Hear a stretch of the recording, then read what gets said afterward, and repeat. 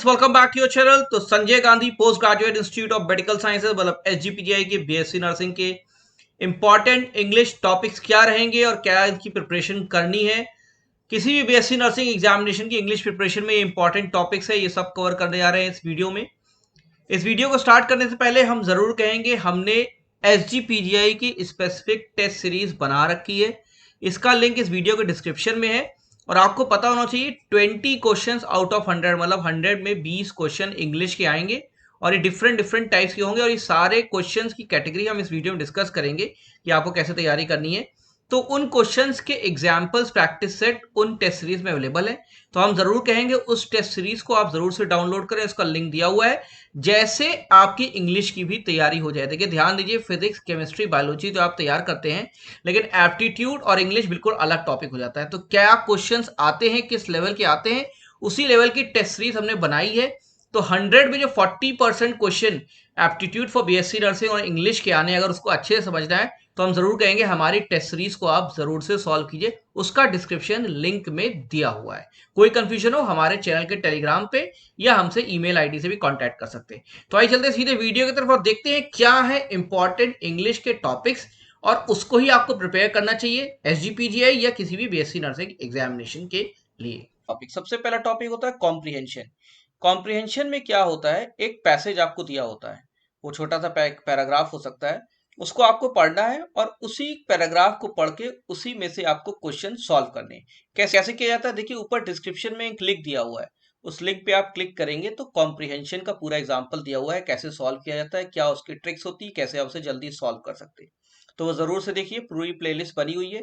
तो कॉम्प्रिहेंशन हमारा सबसे पहला बहुत ही इंपॉर्टेंट टॉपिक होता है और ज्यादातर बीएससी नर्सिंग एग्जामिनेशन में कॉम्प्रिहेंशन, जिसमें एक पैराग्राफ दिया रहता है और पैराग्राफ से आपको आंसर ढूंढना है, वो क्वेश्चन आता ही आता है। सेकंड पॉइंट पे चलते हैं। दूसरा होता है सिनोनिम्स। सिनोनिम्स मतलब होता है सिमिलर वर्ड ढूंढना या समानांतर वर्ड ढूंढना। जैसे एग्जांपल ले लेते हैं, जैसे ओमिट है, तो ओमिट में आपको बताना है इसका सिमिलर वर्ड क्या है। एक्सक्लूड है, इंक्लूड है, ऐड है कि अंडरटेक है। अब इसके लिए इंपॉर्टेंट क्या है, इसके लिए इंपॉर्टेंट है कि पहली चीज आपकी वोकैबुलरी अच्छी होनी चाहिए, जो कि एक टफ टास्क है इतनी जल्दी सब इंप्रूव करना। तो आप क्या कर सकते हैं कि इंपॉर्टेंट सिनोनिम्स तैयार कर सकते हैं किसी भी इंग्लिश बुक से जहां पे ऐसे वर्ड्स दिए हुए हैं या आपकी वोकैबुलरी खुद स्ट्रांग है। तो ओमिट का मतलब क्या होता है, ओमिट का मतलब होता है हटा देना। अब इसका सिमिलर वर्ड क्या होगा, एक्सक्लूड। एक्सक्लूड का मतलब भी हटा देना होता है। इंक्लूड का मतलब होता है मिला लेना। ऐड का मतलब भी ऐड करना होता है। अंडरटेक का मतलब क्या होता है, किसी चीज को अपने अंदर रख लेना। तो उसमें एक्सक्लूड एक ऐसा टर्म है जो कि ओमिट से पूरी तरीके से मैच कर रहा है, तो ये सिनोनिम है। तो इसका आंसर क्या होगा, ओमिट का एक्सक्लूड।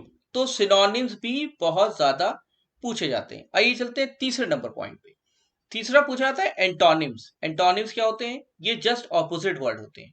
इसी का अगर एग्जांपल ले ओमिट का, तो ओमिट मैंने बताया था इसका मतलब है निकाल देना। अब इसके चार ऑप्शन दिए हैं, एक्सक्लूड, इंक्लूड, डिलीट और परस्यू। एक्सक्लूड मतलब भी निकाल देना, इंक्लूड मतलब मिला लेना, डिलीट मतलब मिटा देना, परस्यू मतलब किसी चीज के पीछे जाना या उसको इस तरीके से कि हमारे साथ वो जुड़ जाए। अब इसमें एंटोनिम्स का मतलब क्या है, एकदम जस्ट ऑपोजिट मीनिंग। तो ऑपोजिट मीनिंग ओमिट ही क्या होगी, यहाँ पे इंक्लूड होगी। क्यों, क्योंकि इंक्लूड ही एक ऐसा वर्ड है, ओमिट मतलब हटा देना, इंक्लूड मतलब मिला लेना। तो एंटोनिम्स भी बहुत पूछे जाते हैं। और एक चीज और इंपॉर्टेंट, जो कॉम्प्रिहेंशन आता है, जिसे पैसेज आपको रीड करना रहता है, उसमें क्वेश्चन के साथ साथ एंड में ज्यादातर केसेस में एक सिनोनिम का क्वेश्चन और एक एंटोनिम का क्वेश्चन जुड़ा रहता है।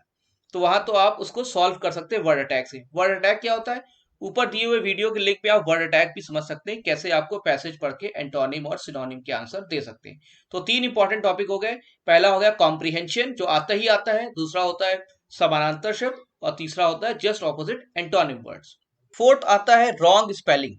क्या होता है कि जैसे आपको चार वर्ड दे दिए गए और उसमें स्पेलिंग लिखी हुई है, और वर्ड जैसे यहाँ कमिटी लिखा हुआ है तो चार स्पेलिंग है, तो आपको जानना है इसमें सही स्पेलिंग कौन सी होगी। तो यहाँ पे सही स्पेलिंग कौन सी है कमिटी की, सभी एक जैसे लग रहे हैं। सही स्पेलिंग है सी नंबर वाली, COMMI TT तो इसके लिए फिर आपकी वर्ड्स की अच्छी प्रैक्टिस होनी चाहिए। और वर्ड्स को अगर आप देखे रहेंगे पहले से कुछ इंपॉर्टेंट वर्ड्स, तो आपको आसानी होगी। तो इसके लिए आपके पास बहुत से वर्ड के आपको उसके थ्रू जाना है और उसकी स्पेलिंग्स याद रखनी है, जैसे ये गलती ना हो। तो ये चौथा नंबर क्वेश्चन रॉन्ग स्पेलिंग भी आता है। फिफ्थ वाले पे चलते हैं। फिफ्थ भी बहुत इंपॉर्टेंट है, आता है सेंटेंस कंप्लीशन और फिलर्स की तरह से। जैसे एक सेंटेंस दे दी गया, ये भी क्वेश्चन बहुत आता है।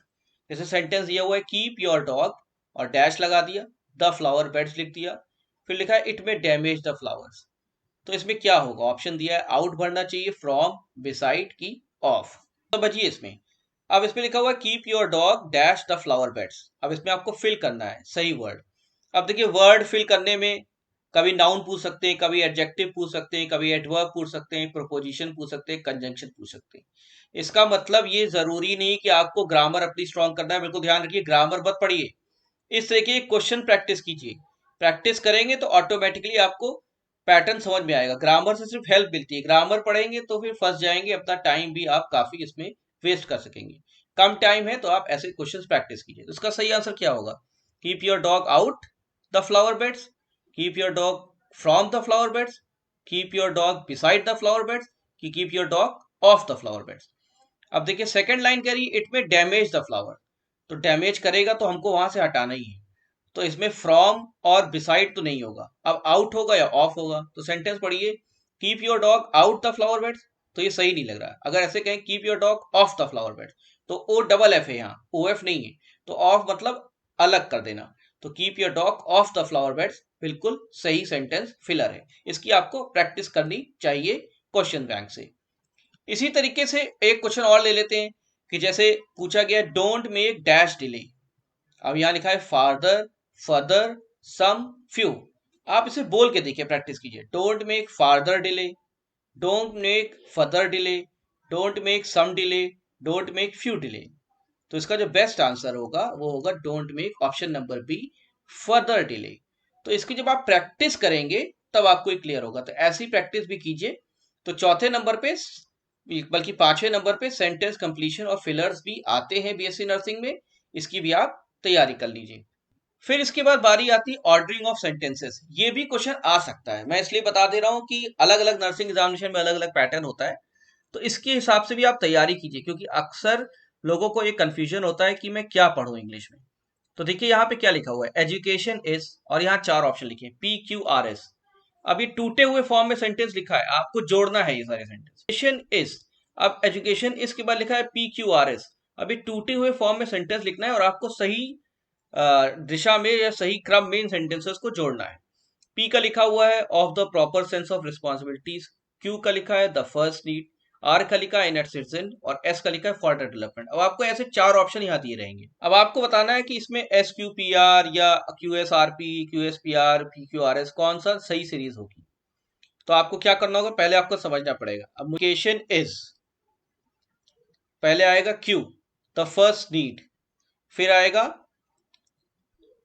फॉर द डेवलपमेंट S, फिर आएगा P, of the proper sense of responsibilities, और R आएगा आखिरी में इन आर सिटीजन। तो ऑप्शन नंबर अगर हम C लगते हैं QSPR, तो उसके अकॉर्डिंगली होगा education is the first need for the development of the proper sense of responsibilities in are citizen.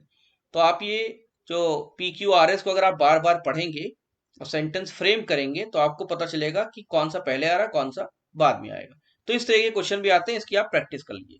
Next set of question, next set of question में कभी कभी क्या होता है, बहुत डीप ग्रामर में एक्टिव एंड पैसिव वॉइस पूछ लिया जाता है। अब पूरा वीडियो जरूर से देखिए ध्यान से, मैं सब चीजें समझाने वाला हूँ। एक्टिव एंड पैसिव वॉइस, अब जैसे क्वेश्चन दे दिया गया, एक्टिव वॉइस में लिखा हुआ you must look into the matter. अब आप कहेंगे ग्रामर है, बिल्कुल थोड़ी सी ग्रामर तो है ही है। You must look into the matter, तो चार तरीके की लिखा हुआ है, this matter has been looked into by you, this matter may be looked into by you, this matter must be look into by you, क्या this matter into look by you. अब आप पहला सेंटेंस पढ़िए, तो you must look into the matter, तुमको इस matter को देखना चाहिए, तो ऑर्डरिंग सेंस में। तो अगर सी नंबर वाला ऑप्शन देखें, this matter must be look by you, मतलब ये मैटर तुमको देखना चाहिए, तो ये सही आंसर है। तो इसका ऑप्शन क्या होगा, ऑप्शन नंबर सी इसका बिल्कुल सही आंसर है। तो थोड़ा सा इसकी प्रैक्टिस आपको करनी पड़ेगी एक्टिव एंड पैसिव वॉइस की। लास्ट देखिए स्पॉटिंग एरर, क्या होता है, कभी कभी ऐसा क्वेश्चन भी आ सकता है, क्योंकि मैं सभी BSc नर्सिंग एग्जामिनेशन के बारे में बात कर रहा हूँ। अब यहाँ पे देखिए ABCD ऑप्शन उसी में दिया हुआ है, एक सेंटेंस लिखा हुआ है, पहला लिखा हुआ है no sooner did I enter, फिर लिखा है ए, तो मतलब ये ए ऑप्शन है। और ये पूरा सेंटेंस लिखा, अभी पूछना है सेंटर ये कौन सा पार्ट इसमें गलत है। The house I saw my uncle going out for a walk, और डी कह दिया नो एरर। तो आप पूरा सेंटेंस पढ़िए। No sooner did I enter the house I saw my uncle going out for a walk. तो आप देख रहे हैं कि पूरा सेंटेंस जब आप पढ़ रहे हैं तो पहली ए सही लग रहा है, no sooner did I enter the house I saw my uncle, ये गलत लग रहा है B. Going out for a walk, C भी सही है। तो डी तो इसमें एरर तो है, लेकिन किसमें है, बी में। तो इसका सही आंसर क्या होगा, बी में एरर है। ऐसे ही देख लीजिए दूसरा क्वेश्चन में लिखा हुआ है, you will not get well until you take medicine regularly. अब देखिए इसमें आप पूरा सेंटेंस पढ़ेंगे, you will not get well until you take medicine regularly. तो यू विल नॉट ए है, ठीक है, गेट वेल अंटिल बी है, you take medicine regularly C है, और डी है नो एरर। तो इसका सही आंसर क्या है, इसका सही आंसर है गेट वेल अंटिल, यहां पे गलत है। तो इस तरीके के क्वेश्चन यहां पे आ रहे हैं, ठीक है। तो अब बताना क्या था, बताना यह है कि अगर जैसे A B V M U set, अब सबसे इंपॉर्टेंट पार्ट वीडियो का, अगर A B V M U set की आप प्रैक्टिस कर रहे हैं तो A B V M U में सिर्फ 20 क्वेश्चन इंग्लिश के आने, ज्यादा नहीं आने। तो आपको बहुत डिटेल में इंग्लिश नहीं पढ़नी। तो इसमें मैक्सिमम चांसेस है कि पैसेज कॉम्प्रिहेंशन पे क्वेश्चन आए। तो कॉम्प्रिहेंशन की तैयारी सबसे ज्यादा कीजिए आप। उसके बाद उसमें ही सिनोनिम्स और एंटोनिम्स आ जाएगा, ठीक है। और उसके बाद फिलर वर्ड्स का ऑप्शन आ सकता है, ठीक है। सबसे इंपॉर्टेंट क्या होगा, कॉम्प्रिहेंशन। सबसे पहले प्रैक्टिस आपको इसकी करनी है, फिर सिनोनिम्स की करनी है, फिर एंटोनिम्स की करनी है, फिर रॉन्ग स्पेलिंग की करनी है। इतना 4 पोर्शन तो बहुत इंपॉर्टेंट है। सेंटर्स फिलर्स ये क्वेश्चन भी आ सकता है, ठीक है, जरूरी नहीं लेकिन ये आ सकता है। ऑर्डरिंग ऑफ सेंटेंस बहुत इंपॉर्टेंट नहीं है, क्योंकि जो अगर 20 क्वेश्चन आना हो सकता ना है, लेकिन आप इसकी भी तैयारी कर लीजिएगा। और एक्टिव एंड पॉसिव वॉइस भी ज्यादा इंपॉर्टेंट नहीं, क्योंकि इंग्लिश के क्वेश्चन कम है, इसलिए इसकी आने की चांसेस भी थोड़ा कम है। स्पॉटिंग एरर भी आने की चांसेस कम है। तो सबसे ज्यादा आप फोकस कीजिए कॉम्प्रिहेंशन पैसेज पे, एंटोनिम और सिनोनिम पे, और साथ ही साथ आप फोकस कीजिए फिलर सेंटेंसेस पे। ये 4 क्वेश्चन आने की प्रोबेबिलिटी सबसे ज्यादा है। अगर आप इसे तैयार अच्छे से कर लिए तो बाकी जो टॉपिक्स मैंने बताए इसको तैयार कर लीजिएगा। तो होपफुली ये मैंने वीडियो इसलिए बनाया था कि बीएससी नर्सिंग के सभी छात्र किसी भी एग्जामिनेशन को दे रहे हैं, इस तरीके से इंग्लिश की प्रिपरेशन करें। आपके पास कोई भी कंफ्यूजन है तो आप कमेंट बॉक्स में जरूर लिखिएगा, और हमारे चैनल के साथ बने रहिए, सब्सक्राइब कर लीजिए। Best of luck for examination and thank you very